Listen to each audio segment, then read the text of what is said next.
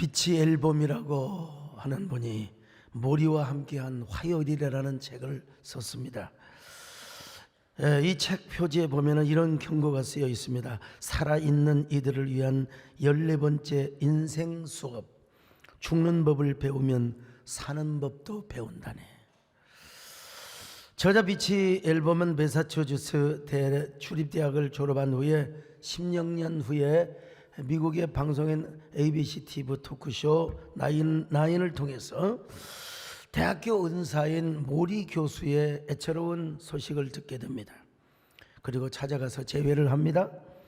그때 모리 교수는 루게릭병으로 시한부 인생의 판정을 받고 죽을 날짜를 기다리며 살고 있었습니다. 저자가 모리 교수의 병원비를 마련하기 위하여 화요일마다 스승을 만나면서 14번째 인생의 강의를 듣고 모리와 함께하는 화요일이라는 책을 출간하게 되는데, 이 책이 엄청 베스트셀러가 되었습니다. 스승과 제자가 나눈 대화의 주제는 치열한 세상에서 잃어버린 것들을 되찾아가는 인생 수업을 언급하는 책입니다. 모리 교수는 제자에게 농축된 인생의 의미를 가르쳐 줍니다. 가장 중요한 교훈은 좋은 죽음이 좋은 삶을 이끈다는 것이었습니다. 어떻게 죽어야 할지 배우게 되면 어떻게 살아야 할지도 알게 된다는 것이죠. 인생 예습서를 가르쳐 준 거예요. 이 말을 듣고 제자는 고개를 끄덕끄덕거립니다. 일단 죽는 법을 배우게 되면 사는 법도 배우게 된다는 것이죠. 지금 스승 모리는 자신의 죽음이 어디까지 왔는지를 지금 가늠하고 있거든요.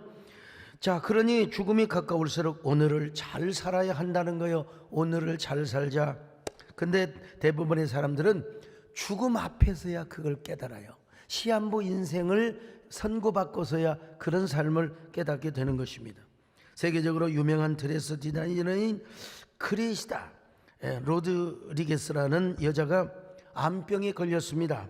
그는 임종 직전에 사람들이 있기를 바라는 마음으로 다음과 같은 글을 썼습니다. 나는 지구에서 가장 유명한 차를 갖고 타고 다녔습니다. 그러나 나는 지금 병원 휠체어에 앉아 있습니다. 나의 집에는 디자인이 다양한 옷과 신발, 장신구 등 비싼 물건이 많이 있습니다. 그러나 나는 지금 병원에 하얀 환자복을 입고 앉아 있습니다. 나는 은행에 엄청난 돈을 모아두었습니다. 그러나 지금 내 병은 그 많은 돈으로도 다 고칠 수가 없습니다.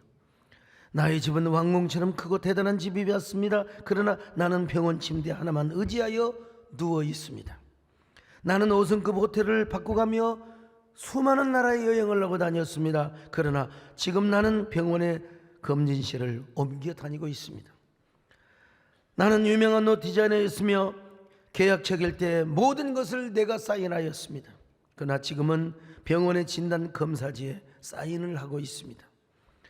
나는 보석으로 장식된 머리 장식품이 많이 있습니다. 그러나 지금 나는 항암제로 머리가 빠져서 비싼 보석을 장식할 머리카락 하나도 없습니다.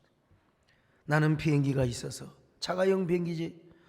나는 비행기가 있어서 어디든 갈 때 1등석을 타고 다녔습니다. 그러나 지금은 간호사가 두 팔로 밀어주는 휠체어에 앉아 있습니다. 나에게 먹고 마시는 비싼 식품들이 많이 있었습니다. 그러나 나는 지금 병원에서 약을 먹을 수 있는 물밖에 없습니다. 여러분, 이러한 사실을 대부분 다 사망 선고를 받은 이후에야 이걸 깨닫게 된다는 거예요. 병에 걸리기 전에 내가 가지고 있는 것, 그걸 가지고 영혼을 구원하며 하나님께 헌신하는 삶을 산다면 얼마나 좋겠습니까? 그러나 그러지를 못해요. 여러분, 할 수 있으면 건강하게 사시기를 바랍니다. 오래오래 사시기를 바랍니다. 우리 교회 어느 한 성도님은 그냥 다근 연세내과에 가서 그냥 검진한 거예요. 그냥 부부간에 가서. 그랬는데 조그마한 용종이 하나 있고 선종처럼 보이기도 하고 암처럼 보이기도 하고 큰 병원에 가서 보라고 하니까 초기였어요. 초기. 얼마나 감사한지 알 수 없어요. 초기는 뭐 간단한 수술이면 끝나거든요. 여러분, 하여간 건강할 때 건강하시고 오래 사시기를 바랍니다만은, 오늘 특별히 우리 남진 장로님은 눈 수술을 하셔서 쌍꺼풀을 딱 하셔서 어울리십니다. 어울리세요. 쌍꺼풀을. 우리 장로님은 그 뭐지요? 소팔메통가 이걸 드셔갖고 전립선은 튼튼하신데 좀 안약 선제를 좀 하시죠. 안약 선제를 합니다. 여러분 사람들은요 참 대부분 죽음을 앞두고 죽음과 사토를 보내는 과정에서 비로소 그것을 깨닫는다는 사실. 이 얼마나 어리석은 인생입니까? 오늘 성경 전도서에서 뭘 말하고 있습니까? 죽음을 이야기하고 있어요. 참 저도 말하기가 참 그렇습니다만은 인생은 누구나 죽는다는 거예요.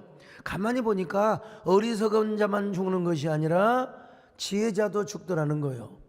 이 가난한 사람만 죽은 것이 아니라 부자도 동일하게 죽더라는 것입니다. 여러분 참 전도서 2장 16절 보실까요? 시작. 지혜자도 우매자와 함께 영원하도록 기억함을 얻지 못하나니 후일에는 모두 다 잊어버린 지 오래할 것임이라. 오라 지혜자의 죽음이 우매자의 죽음과 일반이로다. 여러분 지혜자가 우매자보다 훨씬 낫지요. 빛이 어둠보다 나은 것처럼. 그럼 우리는 살아가면서 우매자처럼 살아가면 안 됩니다. 과거의 은혜를 잊어먹어서도 절대로 안 되죠. 지혜자로 사는 것이 좋습니다. 2장 13절입니다. 시작. 내가 보니 지혜가 우매보다 뛰어남이 빛이 어둠보다 뛰어남 같도다. 자, 특별히 여러분 지혜자의 눈은 어디에 있습니까? 지혜자의 눈은 머릿속에 있고 우매자는 어둠 속에 떠돌아다니는 거예요. 그러므로 이 땅에 사는 동안 어리석은 자로 사는 것보다 지혜자로 사는 것이 훨씬 나아요. 그러나 솔로몬은 뭐라고 말합니까? 지혜자도 결국은 죽는다는 것입니다. 자 16절 보세요. 시작. 지혜자도 우매자와 함께 영원하도록 기억함을 얻지 못하나니 후일에는 모두 다 잊어버린 지 오래할 것임이라. 오라 지혜자의 죽음이 우매자의 죽음과 일반이로다. 솔로몬보다 똑똑한 사람이 없었어요. 당대에 솔로몬은 가장 위대한 지성인이고 지식인이고 지혜인이었습니다. 근데 그런 솔로몬도 나이 먹고 늙고 병들어 죽을 날을 맞고 있습니다. 죽을 날이 가까우니까 그는 죽음 앞에서 지혜자도 별글로 별 볼 일 없구나. 아무리 특별한 지혜가 있다 하더라도 그 지혜로 죽음을 극복하지 못하였기 때문에 여러분 이 죽음 앞에서는 지혜도 아무리 지혜가 많아도 그 지혜로 죽음을 극복할 수는 없다는 겁니다. 죽음 앞에는 누구나 평등하다는 거예요. 2장 15절입니다. 시작. 내가 내 마음속으로 이르기를 우매자가 당한 것을 나도 당하리니 내게 지혜가 있었다 한들 내게 무슨 유익이 있으리요 하였도다. 이에 내가 내 마음속으로 이르기를 이것도 헛되도다 하였도다. 여러분 그렇다고 해서 솔로몬은 지혜 무용론을 말하는 것은 아닙니다. 자기가 갖는 그 지혜마저도 죽음을 정복할 수가 없더라는 거예요. 죽음을 이길 수가 없다는 겁니다. 사람이 죽으면 모든 사람과의 관계가 단절이 돼요. 자식과의 관계, 사랑하는 사람과의 관계가 끊어지고 말거든요. 그러니까 지혜의 한계성을 의미하는 거예요. 지혜의 무용론을 지금 말하는 것은 절대로 아닙니다. 자, 그러니 지혜자의 죽음이나 우매자의 죽음이나 별 다를 바가 없다라는 겁니다. 부자도 죽고 가난한 자도 죽는다는 거예요. 해 아래서 사는 것이 너무나 수고와 슬픔뿐이고 그리고 바람을 잡는 것과 마찬가지라는 겁니다. 2장 17절입니다. 시작. 이러므로 내가 사는 것을 미워하였노니 이는 해 아래 사는 일이 내게 괴로움이요 모두 다 헛되어 바람을 잡으려는 것이기 때문이로다. 자 2장 23절을 같이 봅니다. 시작. 일평생에 근심하며 수고하는 것이 슬픔뿐이라 그의 마음이 밤에도 쉬지 못하나니 이것도 헛되도다. 참 오늘 저 주보의 글을 보십시오. 야, 인생 하는 것들이 너무나 수고와 슬픔과 헛된 것들이 참 많습니다. 그렇게 과거에 좋아하고 근데 결국은 현재 금권 교권에 이게 움직여지고 이런 걸 보면은 이 솔로몬의 말이 맞아요. 솔로몬도 병들고 늙고 보다 보니까 살아왔던 모든 것들이 다 수고와 슬픔뿐이더라. 근데 그가 뭐라고 얘기합니까? 그래도 해 아래에서 삶의 최고의 기쁨이 뭐냐? 먹고 마시는 거래요, 여러분. 먹고 마시는 게 여러분 나 며칠 잠 못 잤다. 뭐 이런 것보다 나 며칠 못 먹었다. 나 단식했다. 그러면 애처롭잖아요. 난 며칠 사랑을 못 했다. 누가 그런 거 인정해 줘요? 밥을 못 먹었다 하면 그래요. 아이고 잠을 못 잤다면 좀 자면 되지. 근데 없어서 밥을 못 먹었다면 얼마나 불쌍하게 보이냐 이 말이죠. 근데 그는 먹고 싶은 걸 다 먹었어요. 다 하고 싶은 거 다 했어요. 하고 날 연회를 즐겼습니다. 나만큼 많이 먹어보고 나만큼 많이 쾌락을 누려보고 나만큼 많이 소유본 사람이 누가 있느냐? 근데 지내놓고 보니까 다 그것이 헛되더라는 겁니다. 24절로 25절입니다. 시작. 사람이 먹고 마시며 수고하는 것보다 그의 마음을 더 기쁘게 하는 것은 없나니 내가 이것도 본즉 하나님의 손에서 나오는 것이로다. 아, 먹고 즐기는 일을 누가 나보다 더 해보았으랴. 이런 걸 보면은 또 이제 솔로몬은 뭐처럼 보이느냐? 회의론자, 완전히 회의론자, 그야말로 허무주의자처럼 보입니다. 투피주의자, 비관주의자처럼 보입니다. 그러나 그렇지 않습니다. 그는 오늘 본문에서 뭔 얘기를 하느냐? 인생 수업에 대한 이야기를 하고 있어요. 수업에 대한 인생 수업. 여러분 수업에 복습 있고 이습 있지 않습니까? 인생 예습서에 대한 수업의 강론, 특강을 하고 있다는 것입니다. 그래서 그는 지난날 인생을 되돌아보고 인생을 복습해 보니까 인생 완전히 개판친 거예요. 완전히 인생을 헛되게 살았다는 것입니다. 여러분, 수고와 슬픔뿐이었고 다 연애를 즐길 때는, 그런데 여러분 자신의 침실에 들어갈 때는 얼마나 가슴이 텅 비고 얼마나 자신의 빈노트에다가 쓸데없는 쾌락의 낙서만 썼는지 몰라요. 그래서 자신의 삶을 예습해 본 거죠. 앞으로 남은 인생을 어떻게 살 것인가, 삶을 미래 예습해 보니까 여러분 자신 앞에 놓여 있는 게 뭐냐? 이제 죽음뿐이라는 거예요. 나이 먹고 병들고 늙다 보니까 죽는 것뿐이요. 죽는 것뿐이요. 그래서 자신의 삶을 되돌아보고 자신의 삶을 보니까 앞을 내다봐도 얼마나 비참하고 얼마나 수치스러운지 알 수가 없어. 그래서 이렇게 내가 인생을 마감해서는 안 되겠구나.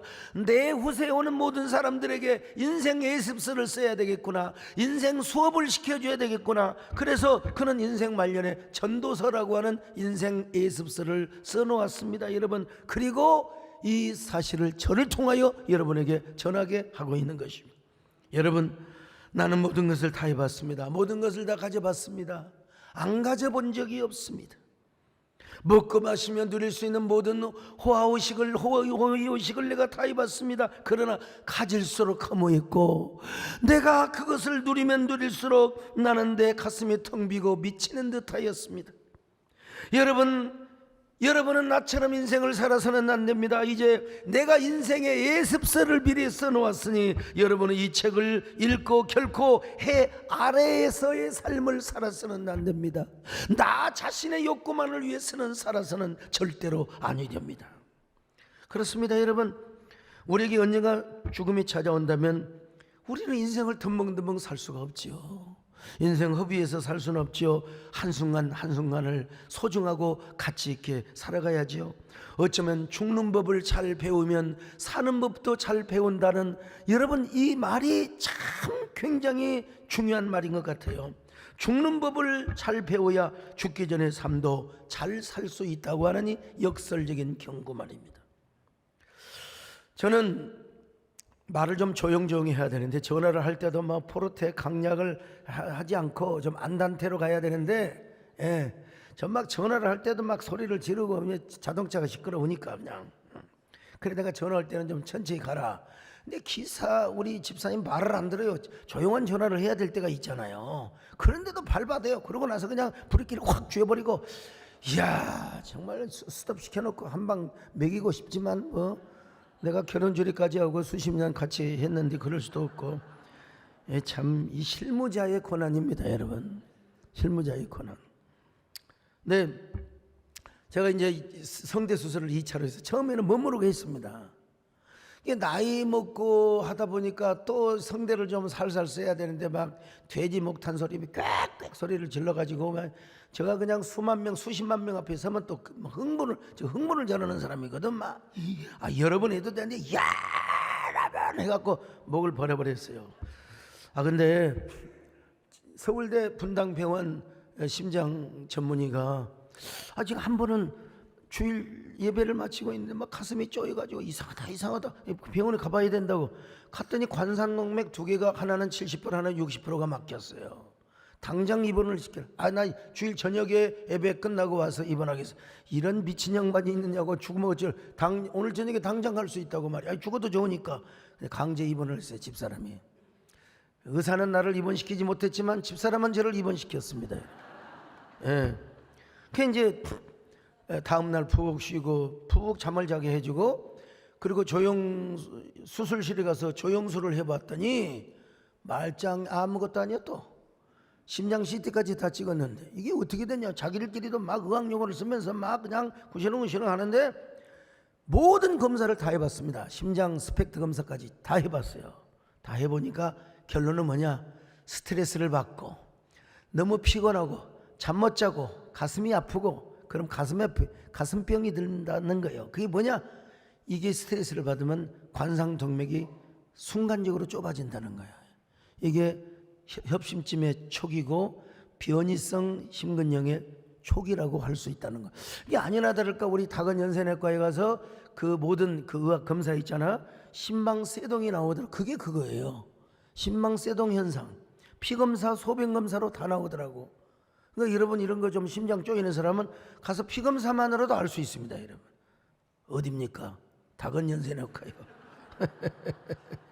자, 그런데 심장 전문의 선생님은요, 전신 마취하면 큰일 난다. 할 수 있으면 하지 마라. 그냥 목이라고 하는 것은 약 먹고 한두 달 요양하면 되니까 하지 마라. 근데 또 이비인후과 선생님은 그 심장은 엉터리다. 사마귀가 났는데 약 먹은다고 거기 사마귀가 줄어드느냐. 이건 칼로 떼야 된다. 그래서 결국 이 말 듣고 저 말 듣다가 이비인후과 선생님, 우리나라 최고의 권위자에게 이제 수술을 받는데, 수술실로 들어가는 그 수술실 가보신 분들은 아실 거예요. 그냥 에어컨 바람이 싹 나오고 음산하고 싸늘한 공기가 수술실을 굉장히 아주 그냥 뭡니까 에워싸고 있습니다. 근데 이제 그 심장 전문의 선생님이 저에게 경고했던 말씀이 생각이 나는 거예요. 이게 전신 마취에다가 잘못하면 심장 정지된다, 걸난다, 막힌다. 그래서 잠시 주님과 대화를 나누었습니다. 주님, 저의 삶이 설마 여기서 끝나지는 않겠죠. 이제 제가요 이래봬도 쪼크를 잘하는 사람이요. 그래가지고 우리 박인환 장로님 또 수술실에 들어가는데, 또 우리 수술실에 들어가는데 걸어서 가야 되는데 이제 이렇게 침대에 누워서 이게 끌려가거든요. 이제 박인환 장로님, 그래서 우리 김몽희 장로님 오라고 내가 할 말이 있다. 내가 만약에 죽으면 후임자를 이렇게 세우고 우리 교회를 이렇게 하라 하면서 귀속 좀 대라고 하고 했더니 김몽희 장로님이 그 벽에다가 머리통을 쳐갖고 그대로 주저앉아 버렸어요. 그냥. 제가 이렇게 여러분 참 짓궂은 사람입니다. 짓궂은 사람이요.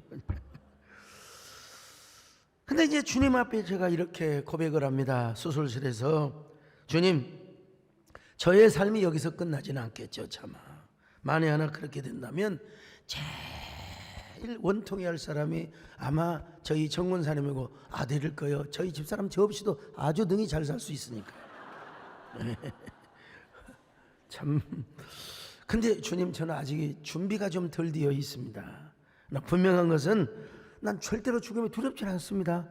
저는 천국에 오라면 가겠습니다.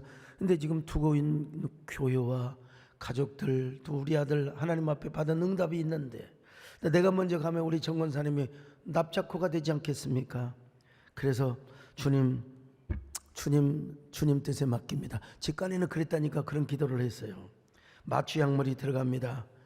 의사 선생님이 하나, 둘, 셋까지 하면 마취가 된다는데 제가 워낙 정신력이 좋아가지고 그랬는지는 몰라도 마취약을 좀 늦게 넣어서 그런지는 몰라도 하나, 둘, 셋, 넷, 다섯, 여섯, 7가지 하다가 그 다음부터는 잊어먹었어요. 이제 마취가 된 것 같죠. 자, 그런데 이제 수술을 하는 순간에는 이제 인공호흡기로 이제 숨을 쉬게 됩니다. 근데 제가 육신은 마취가 되고 잠에 빠졌지만 제 의식은 살아서 잠꼬대를 하였습니다. 맞아, 난 지금까지 주님의 소명에 혼을 바치고 산 거야. 매일매일 주님의 면전에서 절규의 산제사를 드리고 투혼의 삶을 살아왔어. 자, 말갈기가 그 장군을 태우고 광야의 먼지를 일으키며 달린 것처럼 나도 주님을 모시고 이렇게 살아왔던 거야. 그래, 앞으로도 나는, 근데 여러분 내가 지은 노래가 있잖아요. 사명이 생명이기에, 사명이 생명이기에. 이거 한번 불러볼게요. 저기 저 후렴만요. 사명이 생명이기에, 사명이 눈물이기에, 힘들고 어려워도 사명의 길을 걸어가리라. 사명이 은혜이기에, 사명이 축복이기에, 외롭고 고독해도 사명의 노래를 부르리. 그런데 막 누가 나를 막 그냥 어깨를 두드리면, 소강성님 말하지 마세요, 코로 숨 쓰세요, 말하지 마세요, 코로 숨 쓰세요. 어이 봤더니 간호사 여자 선생님이 아따 인상 고약하시대. 그냥 막 볼태기를 때리고 어깨를 두드리면서 말하지 마세요, 숨 쉬세요, 숨 쉬세요. 어휴, 제가 정신을 차리고 보니까, 이야, 인공호흡기로 숨을 쉬게 하다가 내 자신이 스스로 숨을 쉴 수 있다는 것이 얼마나 신비스럽고 정말로 대단한 것인가. 정말 은혜다. 그 자체가 감격이고 경탄이었습니다. 모든 것이 새로웠어요. 모든 것이 눈부셨습니다. 병원 창문으로, 거기 강남 세브란스 병원인데 병원 창문으로 보이는 작은 산이 있잖아요. 거기에 흔들리는 나뭇잎과 풀잎들이 너무나 신비스럽게 느껴졌고, 그리고 숨쉬고 있다는 게 얼마나 신기한 일인지 알 수가 없었어요. 매미를 비롯해서 새와 풀벌레들의 합창소리를 들으며 살아있다는 게 얼마나 소중한지, 매미 울음소리를 들으며, 그때가 7월 4일 날 수술을 했거든요. 매미 울음소리를 들으면서 침묵의 언어로 내가 이런 노래를 불렀습니다. 여러분, 사랑해요 목소리 높여.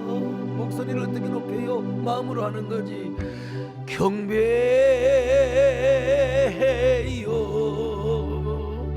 내 영혼 기뻐.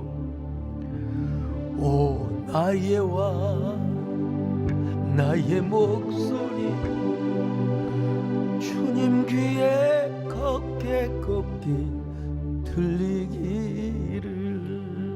근데 막 눈물이 줄줄 나는 거예요. 눈물이 얼마나 줄줄 나는지. 자, 그런데 영화 죽은 시인의 사회에 나온 명대사가 있습니다. 그 명대사가 카르페 디엠이라는 거예요. 오늘을 즐겨라. 오늘을 즐겨 살아라.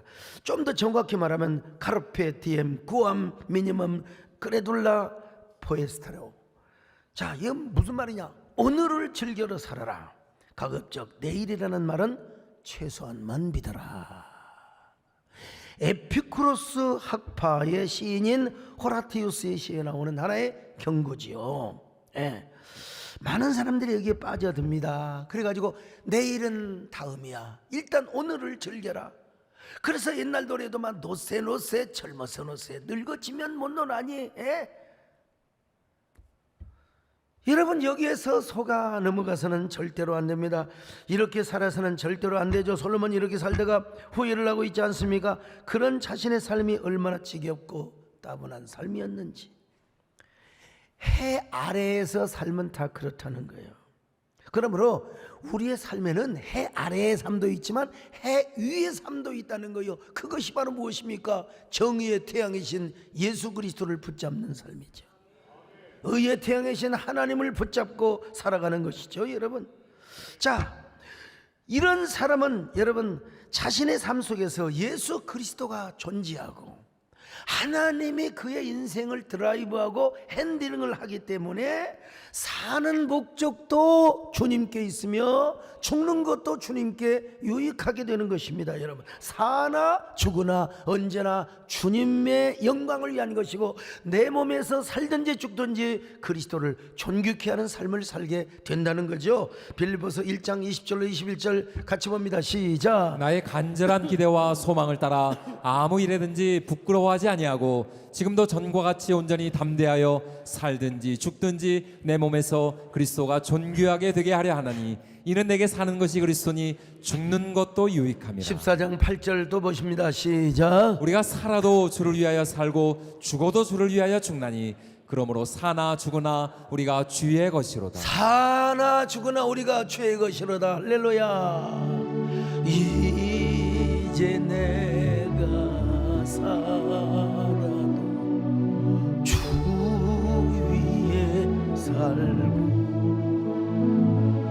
이제 내가 죽어도 주 위에 죽네. 하늘 영광 보여주니 날로라 하리.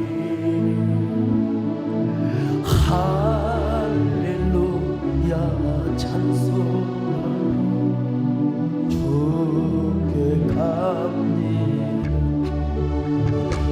그러므로 나는 사나 죽으나 주님의 것이요, 사나 죽으나 사나 죽으나 나를 위해 일리신 내 주님의. 그러므로 사나 죽으나, 그러므로 나는 사나 죽으나 주님의 것이요, 사나 죽으나 사나 죽으나 사나 죽으나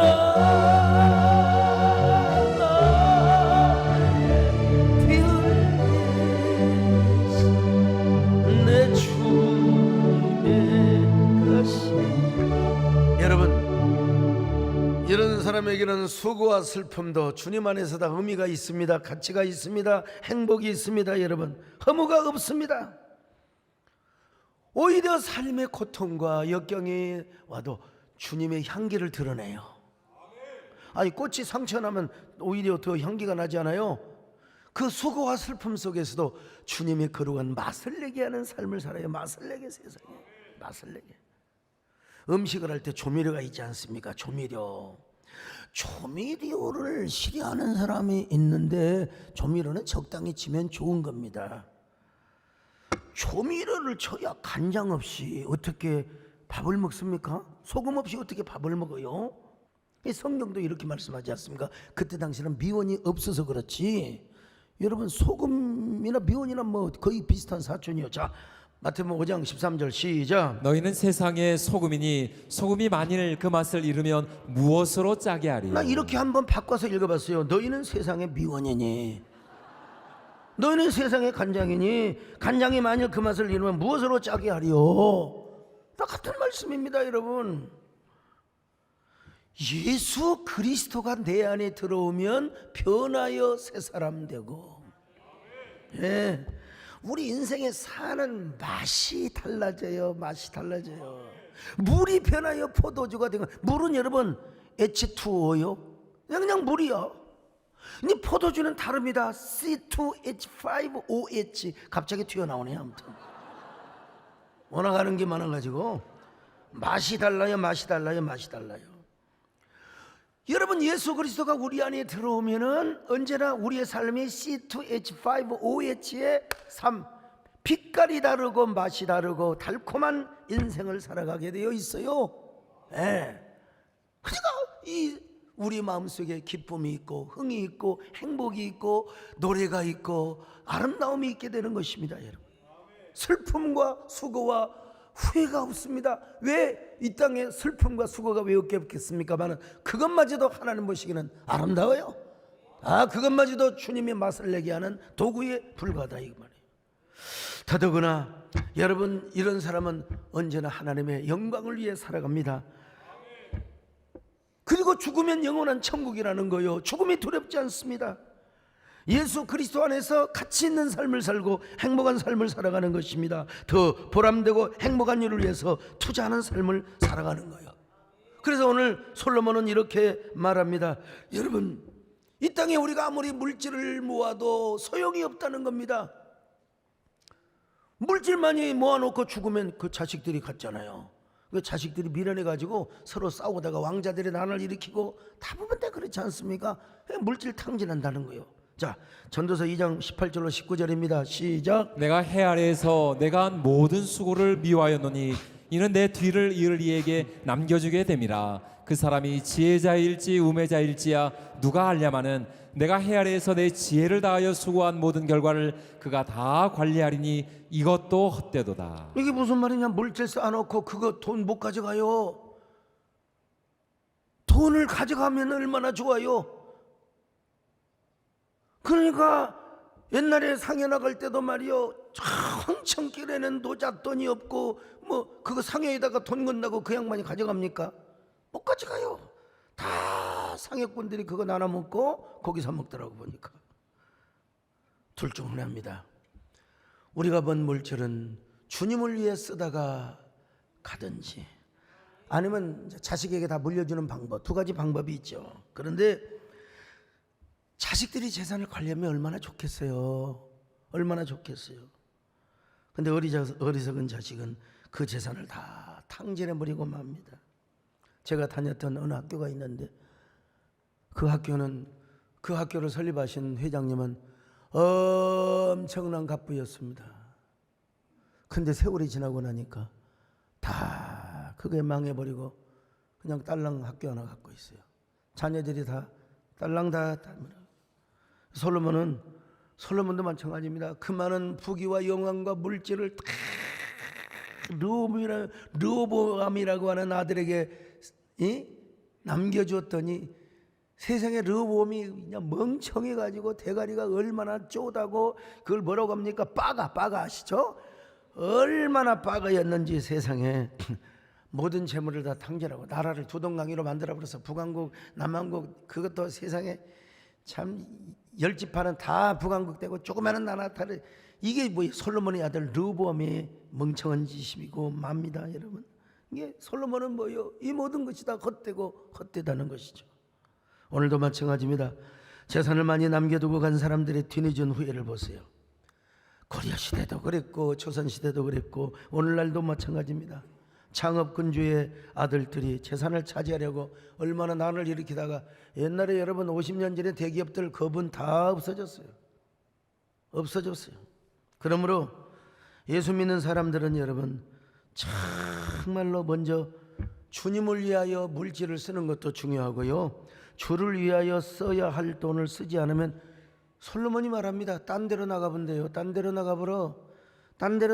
자, 전도서 2장 21절 같이 봅니다. 시작. 어떤 사람은 그 지혜와 지식과 재주를 다하여 수고하였어도 그가 얻은 것을 수고하지 아니한 자에게 그의 몫으로 넘겨주리니 이것도 헛된 것이며 큰 악이로다. 쇠가 빠지게 벌어놓은 걸 수고하지 않는 사람한테 다 날려버린다는 겁니다. 여러분 26절 보세요. 시작. 하나님은 그가 기뻐하시는 자에게는 지혜와 지식과 희락을 주시나 죄인에게는 노고를 주시고 그가 모아 쌓게 하사 하나님을 기뻐하는 자에게 그가 주게 하시지만 이것도 헛되어 바람을 잡는 것이로다. 물질의 축복을 주셨습니다. 하나님이 여러분 내가 누려야죠. 자식들에게도 물려줘야죠. 그러나 하나님께 드릴 수 있는 것은 드려야 된다는, 그러면 그것이 다른 사람한테 다 날아가 버린다는 겁니다. 그래서 감리교회 장시자 웨슬리는 이런 얘기를 했습니다. 먼저 할 수 있는 대로 돈을 많이 벌어라.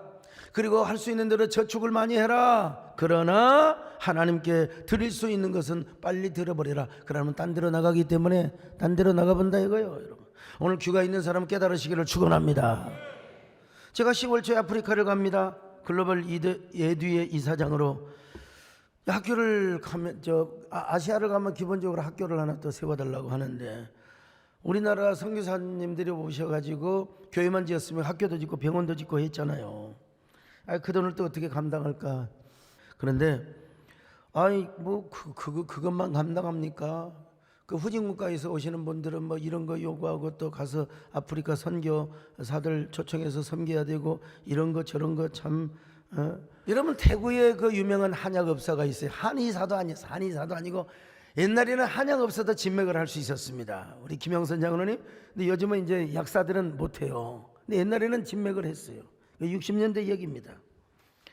근데 정규만 장로님께서 병이 들었는데 그냥 악창이 들려갖고 이 등에는 욕창까지 걸려갖고 다 죽게 돼서 그 이제 하나님 기도를 하는 겁니다. 하나님, 저 좀 도와주십시오. 나 한 번만 살려주시면 내가 교회를 하나 짓겠습니다. 근데 하나님이 기적으로, 정말 하나님이 기적으로 그분을 쓰시려고 하나님이 나서주신 거예요. 그래서 이제 한약방을 하는데, 그때 당시에 자기가 낫고 교회를 지려고 하는데 저 대구와 경북 지역에 악질 전염병이 돌기 시작하는데, 다른 한약방에 가면은, 옛날에는 한의원은 참 드물었고 한약방들이 많았는데 이 다른 한약방에 가서 약재 먹으면 별 일이 없는, 근데 거기 와서 약을 지어 먹으면 참 정말 놀랍게 하나님이 축복하시더라는 거예요. 그래가지고 돈이 들어오는데 돈을 자루에다 담았대요. 자루에다 담아가지고 하루는 토요일날 목사님께 가셔서 목사님 이름으로 이렇게 헌금을 하십시오. 목사님이 성도들 헌금 작정을 하는데 목사님이 많이 내야지 적게 내면 되겠습니까? 그리고 다음날 작정을 했는데, 가난한 성도들이 막 그냥 그때 당시로 막 수십 수백만 원을 헌금하더라는 거예요. 나 이해가 안 돼요. 알고 봤더니 정규만 장로님이 다 다니면서 자기만 헌금하는 게 아니라 가난한 사람들한테 가서 당신 이름으로 헌금을 하게 해달라고. 자, 이런 장로님이 어디 계십니까? 그래서 목사님이 너무나 양심이 갇히게 돼가지고 자기도 2년치 사례비를 하나님께 작정하여 드렸다고 합니다. 자, 이 가난한 사람들이 용기를 내가지고 가령 정규만 장로님 50만 원 100만 원 갖다 오면 자기도 돈을 보태가지고 그렇게 헌금을 해서 그 교회는 피단푼 없는 교회, 피단푼 없이, 여러분, 그래서 피단푼 없이 예배당을 지으면 뭐예요? 헌당식을 하게 되는 거죠. 헌당식을 하게 된 거예요. 그 교회가 대구 서현교회입니다. 당시에 동양 최대의 석조 건물이었습니다. 여러분요, 저거 참. 그래, 여러분, 성도들이 이제 헌당식을 하자고, 우리 이제 헌당식을 하자고 하니까 정금환 장로님 목사님께 찾아가서 무릎을 꿇고 눈물로 빌었대요. 목사님, 만약에 헌당식을 하면 수많은 목사님들이 와서 이 교회는 정규만이가 지었다고, 정규만 교회라고 말이요, 그렇게 찬사를 할 텐데 나도 사람인지라 교만하고 나도 사람인지라 교회 주인 노릇을 할 수 있습니다. 제가 죽고 나서 헌당식을 해주시기를 바랍니다. 여러분, 성도들이 말을 먹질 않아요. 아니요, 그래도 해야 된다고. 그때 마침내 정규만 장로님이 이런 기도를 합니다. 주여, 저렇게 성도들이 헌당식을 원하오니 이제는 저의 생명을 데려가 주시기를 바랍니다. 저는 성전 건축 사명 잘 감당했으니 이제 죽어도 여한이 없습니다. 주님의 품에 가서 안식하겠습니다. 참, 이런 장로님이 어디가 있습니까? 어디가 있어요? 혹시라도 교만할까 봐서, 혹시라도 사람들에게 지나친 칭찬을 받을까 봐서. 오늘 이 정규만 장로님은 솔로몬만큼의 지혜는 없어도 어쩌면 솔로몬보다 더 위대한 삶을 살았던, 그 정규만 장로님이 돌아가실 때 그 대구 상여가 나가는데 그냥 정규만 장로님을 아는 사람들이 다 모여가지고 막 줄을 지어가지고 막 수백 수천이 막 그냥 따라갔다는 거 아니겠습니까? 저는 그분은 인생 수업을 너무나 잘하신 분이시죠. 아직까지도 그를 기억하는 수많은 사람들에게 인생 수업을 제대로 가르쳐 주었던 장로님입니다. 하늘의 보화를 쌓는 비밀을 알았기 때문이죠. 마태복음 6장 20절입니다. 시작. 오직 너희를 위하여 보물을 하늘에 쌓아두라. 거기는 좀이나 동록이 해하지 못하며 도둑이 구멍을 뚫지도 못하고 도둑질도 못하느니라. 여러분, 인생 수업을 어떻게 하고 계십니까?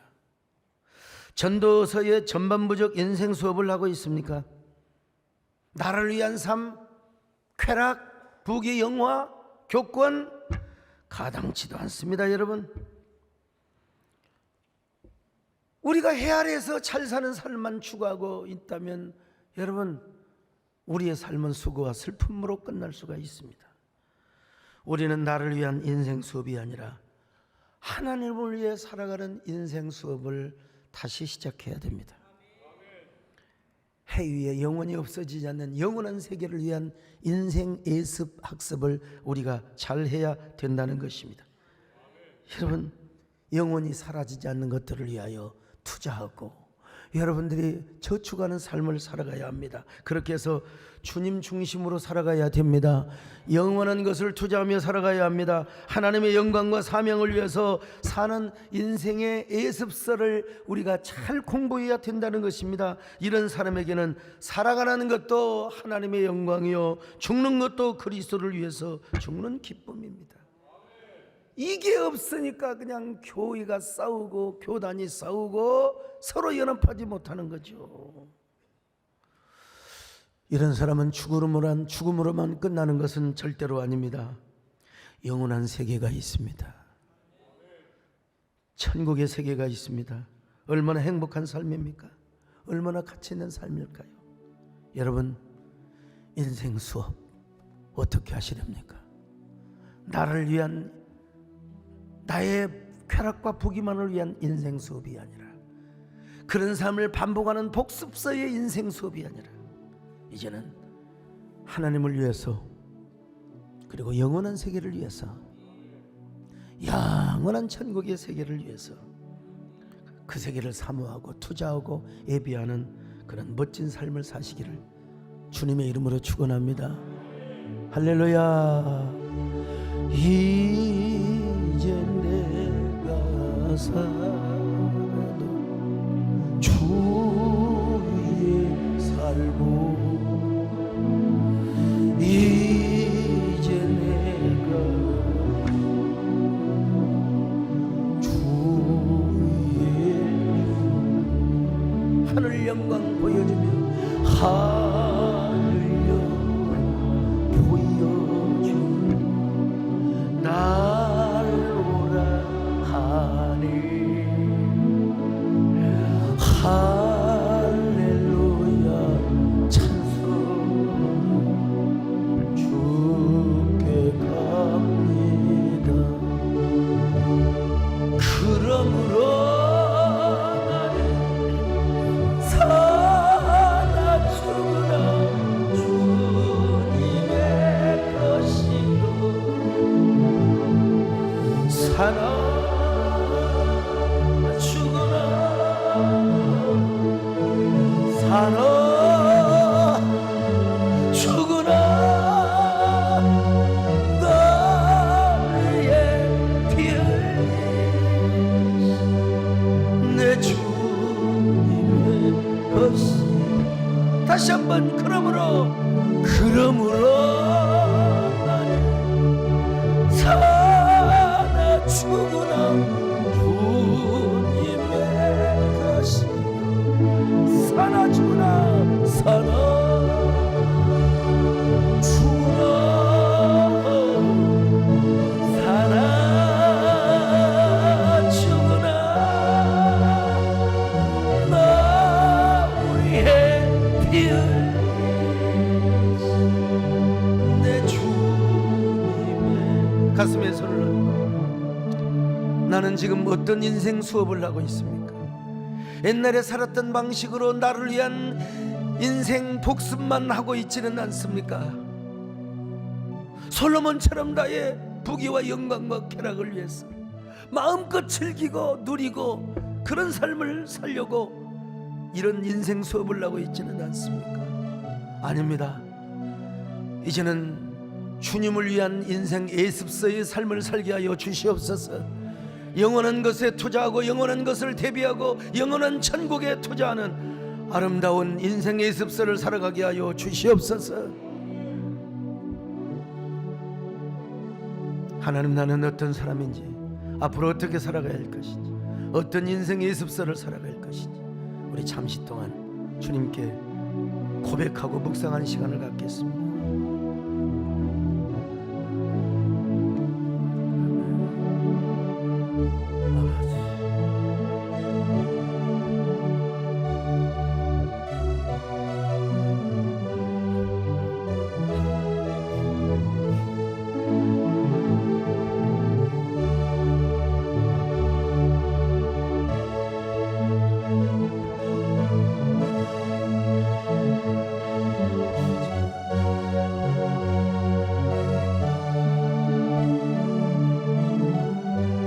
하나님,